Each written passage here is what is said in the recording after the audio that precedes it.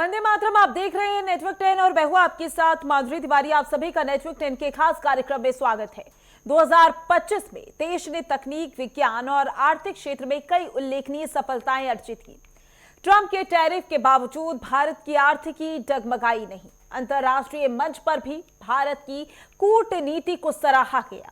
नए वर्ष में भारत की राष्ट्रीय और अंतर्राष्ट्रीय मंचों पर धमक बनी रहेगी, इस बात की अपेक्षा की जाती है। 4 यूरोपीय देशों से 7 मुक्त व्यापार समझौता उम्मीद जगाता है।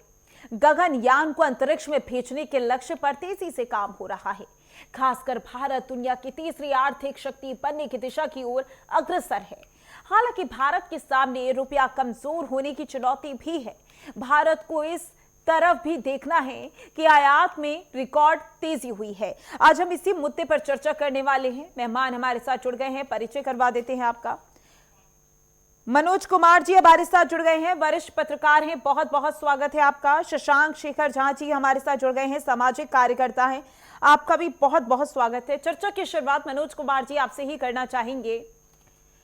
2025 में कई लक्ष्य हासिल किए। खास बात यह रही 2025 की बहुत सारी चुनौतियां भारत के सामने थी, उन सबका डट के सामना किया भारत ने, चाहे वो टैरिफ हो या फिर ऑपरेशन सिंदूर हो, हर एक चुनौती का सामना डट कर किया। मनोज कुमार जी, 2026 में कौन कौन सी चुनौतियां हो सकती हैं भारत के लिए और किस तरीके से देश उभरता हुआ वैश्विक तौर पर नजर आएगा? आपने सही बताया कि जिस तरह से डोनाल्ड ट्रंप अमेरिका के राष्ट्रपति ने जो टैरिफ लगाया, सिर्फ इंडिया में ही नहीं लगाया, वर्ल्ड के बहुत से कंट्रीज में लगाया। तो ये जो है हमारे लिए बहुत ही महत्वपूर्ण है कि हम इसको किस तरह से टैरिफ को हम हैंडल करें, क्योंकि अमेरिका के साथ ट्रेड इंडिया को करना बहुत ही ज़रूरी है, क्योंकि जी। हम लोग हाईली डिपेंडेंट हैं अमेरिका के ट्रेड पे। अगर हमारा ट्रेड जो है अमेरिका से बढ़ता है तो हमारा इकोनॉमी और बढ़िया होगा। तो मुझे ऐसा लग रहा है कि ये एक इशू है हमारे यहाँ की कि हम अमेरिका के साथ किस तरह से एक अच्छा संबंध बनाएं, फिर से कंटिन्यूटी में रहें। बस हमारा संबंध तो है ही, लेकिन टैरिफ के बाद जो हमारे इकोनॉमी में जो एक इशू आया है, इसको किस तरह से एड्रेस करें, ये भी एक बहुत चैलेंजेस होगा। और जैसा कि आपने बताया कि हम लोग जो है थर्ड लार्जेस्ट इकोनॉमी बन गए हैं, और इस पे जो है हम लोग काम भी इंडिया का चल रहा है। और जिस तरह से हमारा इकोनॉमी बढ़ रहा है, और आईएमएफ ने भी अप्रिशिएट किया है कि टैरिफ के बावजूद भी जो है इंडिया का ग्रोथ बढ़ रहा है।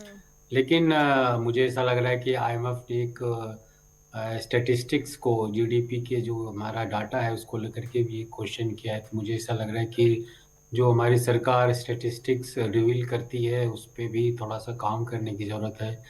और इंफॉर्मेशन तंत्र के युग में हम लोग रहते हैं, तो स्वाभाविक है कि जितना करेक्ट इंफॉर्मेशन आएगा इकोनॉमी के लिए अच्छा होगा। इंडियन इकोनॉमी हो चाहे वर्ल्ड इकोनॉमी, जो माइन्यूटली जो इंडिया को मॉनिटर कर रहा है, तो मुझे लग रहा है ये भी बहुत अच्छी बात है। हालांकि सरकार द्वारा बहुत अच्छे कदम उठाए गए हैं जिससे जो है हमारा अनएम्प्लॉयमेंट इशू को एड्रेस हो सके।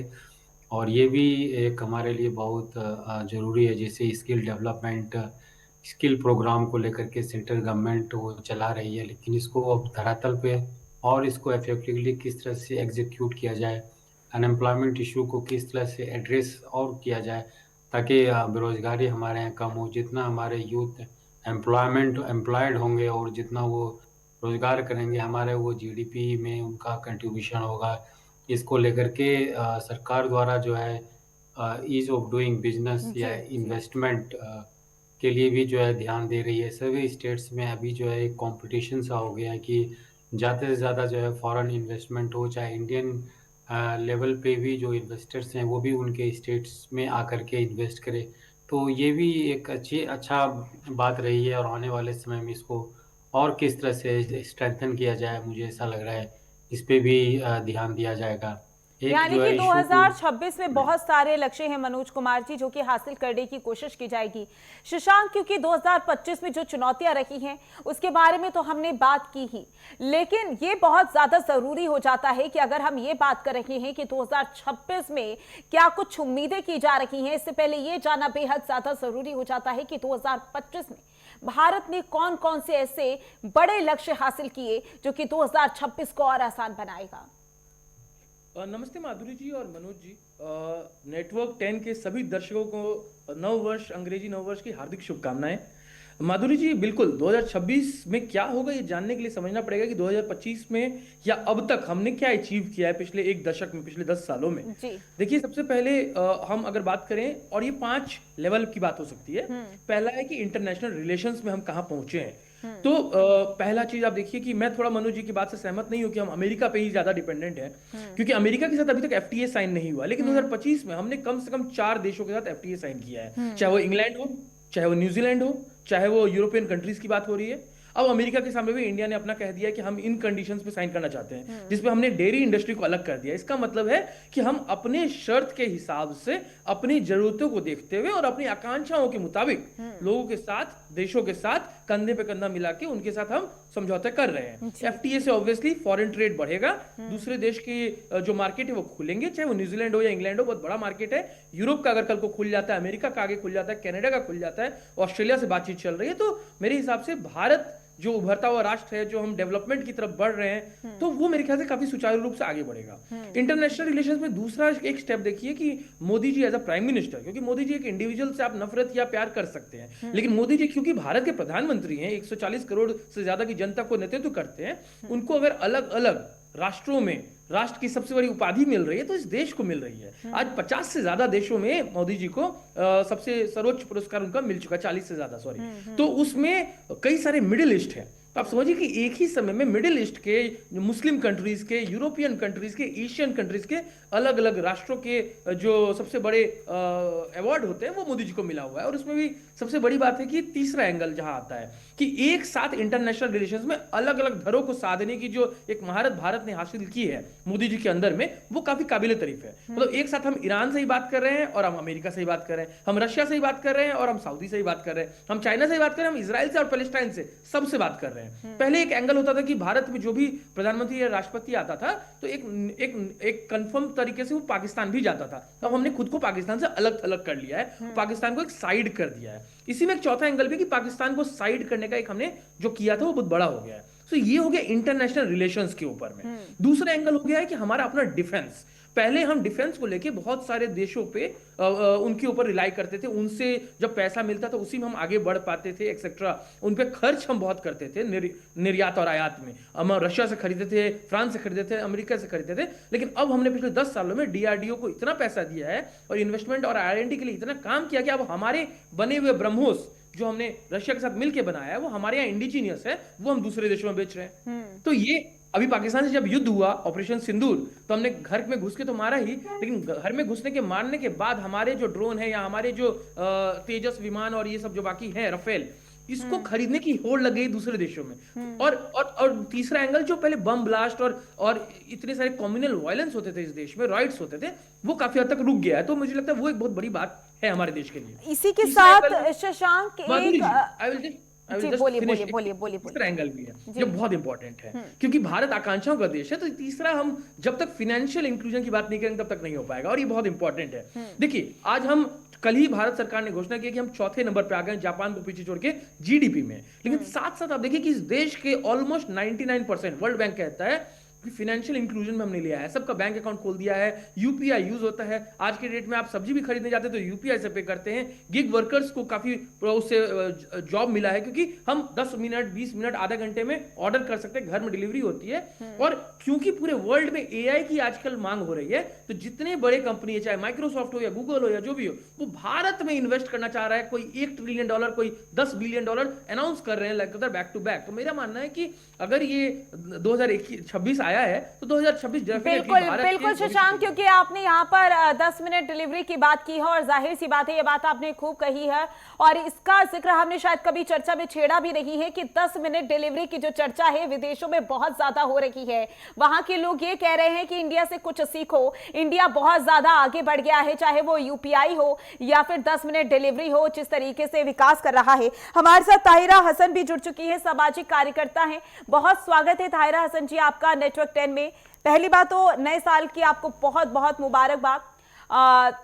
सभी का साल अच्छा जाए। 2026 की हम बात कर रहे हैं, 2025 में देश ने बहुत तरक्की की है, जिसकी तस्वीरें हमने देखी। बहुत सारी चुनौतियां भी रही, जिसका डट के सामना भी किया देश ने। 2026 में आप क्या कुछ उम्मीदें रखती हैं कि देश किस तरीके से विकास करेगा? देखिए, देश विकास तब करेगा। अभी बात जो पहले पैनलिस्ट कर रहे थे, मैंने देर में ज्वाइन किया, हमने क्या बनाया, क्या किया और कितना हमने बॉर्डर पे हम सशक्त है, ये तो हम जानते हैं कि जाहिर है सिख स्टेट है। जब हम कर रहे थे ऑपरेशन सिंदूर, तो पाकिस्तान तो सिख स्टेट है, उससे क्या उसकी तो इतनी औकात भी नहीं है कि वो हमारे सामने खड़ा हो पाए। देखिए, उसको तो आप छोड़ ही दीजिए कि आप उसको किसी सशक्त देश में मान लें कि बहुत बड़ा देश है वो और बड़ा वो कर सकता है। वो बिल्कुल सिख स्टेट है, वो सब जानते हैं। उनके यहाँ खाने को भी नहीं है ढंग से, तो उसकी बात नहीं। हम बात करेंगे अपने देश की। जब हम अपने देश की बात करेंगे, भारत की बात करेंगे, सबसे बड़े लोकतंत्र की बात करेंगे, तो हम ये कैसे भूल जाएंगे कि ये लोकतंत्र बाबा साहब भीमराव अंबेडकर के संविधान से चलता है। जिस संविधान में इस बात को कहा गया है, ये निहित है, इंश्राइंड है कि कोई भी कानून के ऊपर नहीं है। Everybody is equal, every citizen of this country is equal before the law. और चाहे वो किसी भी कास्ट, क्रीड या धर्म या किसी भी जात मजहब का हो, उससे मतलब नहीं है। तो हम ये चाहेंगे, वहां जेंडर की बात भी है कि महिलाओं को और सिक्योरिटी दी जाए। निर्भया के बाद जो कानून बना था, एक मजबूत कानून बना था, जस्टिस वर्मा कमेटी गठित हुई थी और एक मजबूत कानून बना था। उस कानून का इम्प्लीमेंटेशन हो प्रॉपरली। जो हमारे, देखिए, जमीनी हकीकत है, इस पे बात होगी 2026 में। आधी जमीन पे भी बात होगी, उसको नकारा नहीं जा सकता है जी। कि वहां पे जो 3000 करोड़ निर्भया फंड है, वो कहाँ कहाँ इस्तेमाल हुआ, कैसे इस्तेमाल हुआ। जो हमारे वन स्टॉप वन सेंटर है, वो कितने वर्किंग है। अगर वर्किंग नहीं है तो अकाउंटेबिलिटी फिक्स हो। जस्टिस वही मिलता है जहां अकाउंटेबिलिटी फिक्स होती है। और एजुकेशन पे बात हो, क्योंकि बहुत समय तो नहीं समय डिस्कस करने का है, क्वालिटी ऑफ एजुकेशन पे बात हो। ये नहीं कि सिर्फ अमीरों की बपौती हो कि वो बेहतर स्कूलों में पढ़ाएंगे, महंगे स्कूलों में पढ़ाएंगे, जहां वेल इक्विप्ड लाइब्रेरी है, ऑल राउंड डेवलपमेंट है, वहां पे प्लेग्राउंड भी है, उनको कंप्यूटर क्लासेस भी हैं, उनके पास सब कुछ है। मुझे लगता है हर सिटीजन को, इस देश के बच्चे को ये मिलना चाहिए। जो ड्रॉप आउट रेट है, उसको कोशिश किया जाए कि ड्रॉप आउट रेट को हम कम करें। ड्रॉप आउट रेट जो है, और स्पेशली लड़कियों का है, उनको कम किया जाए। जो आरटी राइट टू एजुकेशन के अंदर है कि कुछ एरिया दिया है कि इतने किलोमीटर के अंदर स्कूल हो, तो इससे ये होता है कि लड़कियों की एजुकेशन में फायदा होता है। वो उनको लोग भेजने में संकोच नहीं करते हैं। ठीक है, शशांक कुछ कहना चाह रहे हैं। जी जी ताहिरा जी, मजबूत आप ही की बात पे शायद शशांक कुछ कहना चाह रहे हैं। जी जी शशांक बोलिएगा। माधुरी जी, मैं बिल्कुल ताहिरा जी की बात से यकीन रखता हूं कि ऐसी चीजें होनी चाहिए, लेकिन काफी सारी चीजें हुई हैं। आप देखिए कि गर्ल एजुकेशन ड्रॉप आउट का जो सबसे बड़ा रीजन था कि टॉयलेट नहीं होते थे। अब हर घर में टॉयलेट है, हर स्कूल में टॉयलेट करने की कोशिश की जा रही है। इलेक्ट्रिसिटी नहीं होता था, इलेक्ट्रिसिटी को इलेक्ट्रिफिकेशन गांव गांव तक पहुंच गया है। हर घर नल नहीं था, लोगों को पीने का पानी नहीं था, पानी पहुंच गया है। जहां तक कोर्ट की बात है, डिजिटल कोर्ट सिस्टम आ गया, एक्सेसिबिलिटी बढ़ी है कोर्ट जाने की। आप देखिए कि आज के डेट में भारत राम मंदिर से लेके हाई स्पीड रेल तक बढ़ रहा है। एआई से लेके और डिजिटल इंक्लूजन की बात कर रहा है। हर किसी के पास फाइनेंशियल इंक्लूजन है, सबके पास अकाउंट है।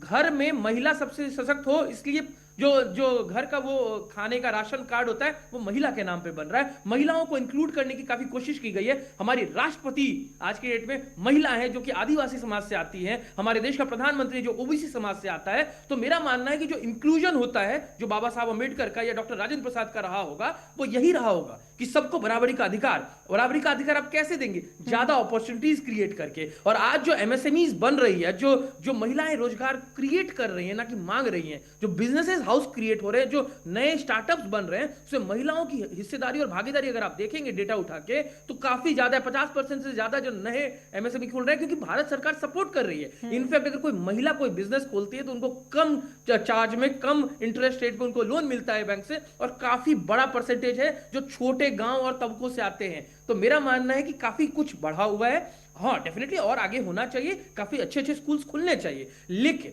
मैं एक बात और मानता हूं माधुरी जी, इस देश को सोशलिस्ट और वो कम्युनिस्ट आइडियोलॉजी बाहर आना पड़ेगा। अमीरियत खराब नहीं है। अगर कोई समाज अमीर हो रहा है, वहां के लोग अमीर हो रहे हैं, तो गलत नहीं है। आज आपको समझना पड़ेगा कि लोगों की जो स्पेंडिंग कैपेसिटी वो बढ़ रही है, महिलाओं की स्पेंडिंग कैपेसिटी बढ़ रही है। इसलिए मैं गिग वर्कर्स की बात कर रहा हूं। आज ब्लिंकिट, जोमेटो जैसे चीजों से लोग बार बार ऑर्डर कर रहे हैं, वो इसलिए कर पा रहे हैं क्योंकि लोगों के पास पैसा बढ़ा है। लोग भारत में ही घूम पा रहे हैं हर जगह। महिलाएं काफी आगे बढ़ी हैं, सशक्त हुई हैं। आज देखिए एक बहुत बड़ी बात माधुरी जी, इंडियन आर्मी में देख लीजिए, पहले एनडीए में महिलाओं का इंक्लूजन नहीं होता था, अब हो रहा है। आने वाले समय में पहली चीफ जस्टिस ऑफ इंडिया महिला बनेंगी। तो ये बहुत बड़ा इंक्लूजन है। रिजर्वेशन की बात देखिए, महिलाओं को रिजर्वेशन दिया गया पार्लियामेंट और असेंबली में, जो 2026 से लागू होगा। सुप्रीम कोर्ट और हाई कोर्ट में भी बात हो रही है, आगे महिलाओं को प्रोत्साहन करने की बात हो रही है। आज हमारी शो में देखिए, हमारी शो की एंकर आप माधुरी जी महिला हैं, हमारी one of the guest learned guest वो भी महिला हैं। तो अगर दो के बराबरी में अगर महिला आगे बढ़ रही है, तो मेरा मानना है कि वो दिन दूर नहीं होगा जब इस देश को बिल्कुल शशांक, बेहतरी की गुंजाइश हमेशा रहती है, बेहतरी की गुंजाइश हमेशा रहती है। बहुत कुछ बेहतर हो जाए उसके बाद भी कुछ ना कुछ रह जाता है। की बात आप कह रहे हैं तो सोशल जस्टिस की बात तो बाबा साहब ने भी की थी। उनका पूरा संविधान हमारा सोशल जस्टिस पे है। सोशल जस्टिस का मतलब ये है कि सबका एक्सेस हो। बिल्कुल सही कहा आपने, सब अमीरी की तरफ बढ़े, सबके पास पैसे हों। बिल्कुल बिल्कुल बिल्कुल ताहिरा हसन जी, मैं आपके पास वापस लौटूंगी मनोज कुमार जी। हर पुरुष, हर नौजवान, जी यही है सोशल जस्टिस की बात। जी ठीक है, लेवल प्लेग्राउंड दिया जाए, उसकी बात मैं कर रही हूँ। लेवल प्लेग्राउंड स्कूल से दिया जाएगा। बिल्कुल ताहिरा हसन जी, मैं आपसे इसका जवाब लूंगी। एक सेकंड शशांक जी, एक सेकंड, मैं मनोज कुमार जी से भी ले लूं। एक सेकंड बस रुक जाइए। मनोज कुमार जी, सबसे बड़ी चुनौती ये भी है क्योंकि हम हर एक मुद्दे पर बात कर रहे हैं और मुझे लगता है कि कम समय में हमें हर एक मुद्दे पर बात कर लेनी चाहिए। भारत के सामने ये भी बहुत बड़ी चुनौती रहेगी इस साल कि जो रुपया कमजोर हो रहा है, उस चुनौती से कैसे पार कर पाएंगे? आपने सही बताया कि हमारा रुपया का वैल्यू जो है बहुत घट रहा है, खास करके अमेरिका के डॉलर से अगर हम तुलना करें तो मुझे लग रहा है कि इस एरिया में बहुत काम करने की ज़रूरत है। मुझे ऐसा लग रहा है कि इससे शो करता है कि हमारा इकोनॉमी कितना स्ट्रांग है। मुझे लग रहा है कि अगर डेवलप्ड नेशन से तुलना करें तो हम बहुत पीछे पड़ जाते हैं उस एरिया में। एक चीज़ और मैं बोलना चाह रहा हूँ कि कंपैरेटिवली अगर इंग्लैंड और न्यूजीलैंड और ऑस्ट्रेलिया के ट्रेड की अगर बात करें तो अमेरिका से हमारा सबसे ज़्यादा ट्रेड है। इसलिए अमेरिका के साथ अगर फ्री ट्रेड एग्रीमेंट होता है तो बहुत बड़ी बात होगी। दूसरी बात मैं ये कहना चाहूँगा कि पिछले 5-6 महीना में अगर इलेक्शन कमीशन ऑफ इंडिया के अपॉइंटमेंट की अगर हम बात करें, चाहे एसआईआर को लेकर के एक पॉलिटिकल पार्टीज में जो कंसर्न है, और इलेक्शन कमीशन ऑफ इंडिया का जो एक रुख रहा है कि जो भी अपोजिशन पार्टीज हैं उनके क्वेश्चन को आंसर ना देना, मुझे ऐसा लग रहा है कि आने वाले समय में इसको लेकर के एक बहुत बड़ी इशू होगी। मुझे ऐसा लग रहा है कि 2026 में एक बहुत चैलेंजेस होगा। और एक चीज़ और है कि ईडी हो, सीबीआई हो, चाहे इनकम टैक्स हो, इसको लेकर के भी मुझे लग रहा है कि जिस तरह से इन संस्थाओं पे पहले एक फेथ होता था, लेकिन अब ये ऐसा लगता है कि पॉलिटिकल मोटिवेटेड है। तो मुझे ऐसा लग रहा है कि इसको भी जो है इन संस्थाओं को क्लीन होकर के आगे आना पड़ेगा और ये बहुत बड़ी चैलेंजेज होगी। जिस तरह से मनरेगा का नाम चेंज करके जी राम जी किया गया, इसमें भी जो है पॉलिटिकल पार्टीज में एक कंसर्न था कि आप इसको क्यों हटा रहे हैं। जिस तरह से इसमें 100 डेज से बढ़ा करके हालांकि 125 दिन किया गया, लेकिन कोई भी सरकार रही सेंटर में, उन्होंने 100 डेज भी सभी लोगों को नहीं दिया। एक ठीक है। खासियत बात ये थी मनरेगा में कि अगर जॉब नहीं दे पाती है सरकार या एडमिनिस्ट्रेशन तो उसे पैसा मिलेगा, तो ये चीज़ हट गया है। तो मुझे ऐसा लग रहा है कि बहुत ऐसे इश्यूज़ है। एक चीज़ और मैं कहना चाहूँगा कि अभी ये कहा जा रहा है कि करीब 10% लोगों के पास भी ही जो है इंडिया का ज़्यादा जो फाइनेंस है, जो ऐसे भी पैसा है, वो 10% लोगों के पास ही है और 90% लोगों के पास उतना पैसा नहीं हो पाता है। एक चीज़ और लास्ट में ये कहना चाहूँगा कि 80 करोड़ जनसंख्या को जो हम लोग फ्री राशन देते हैं, इसको लेकर के भी मुझे ऐसा लगता है कि सरकार को ध्यान देना पड़ेगा। आरटीआई हो, राइट टू एजुकेशन हो, इसको इफेक्टिवली इम्प्लीमेंट करना भी मुझे लग रहा है कि ठीक है मनोज 2026 कुमार। के लिए एक चैलेंज ठीक है, होगा। ठीक है। ताहिरा हसन जी, कुछ कह रही थी आप? जी नहीं, मैंने कहा बिल्कुल मैं एग्री करती हूँ जो पत्रकार हमारे साथ भाई बैठे हुए हैं कि उन्होंने कहा ये इश्यूज, मैं बिल्कुल जनता के इश्यूज पे बात कर रही थी, लेकिन उन्होंने एक वाइडर रेंज लिया है और सही कहा है कि ये हंगर इंडेक्स में भी हम नीचे आ गए हैं।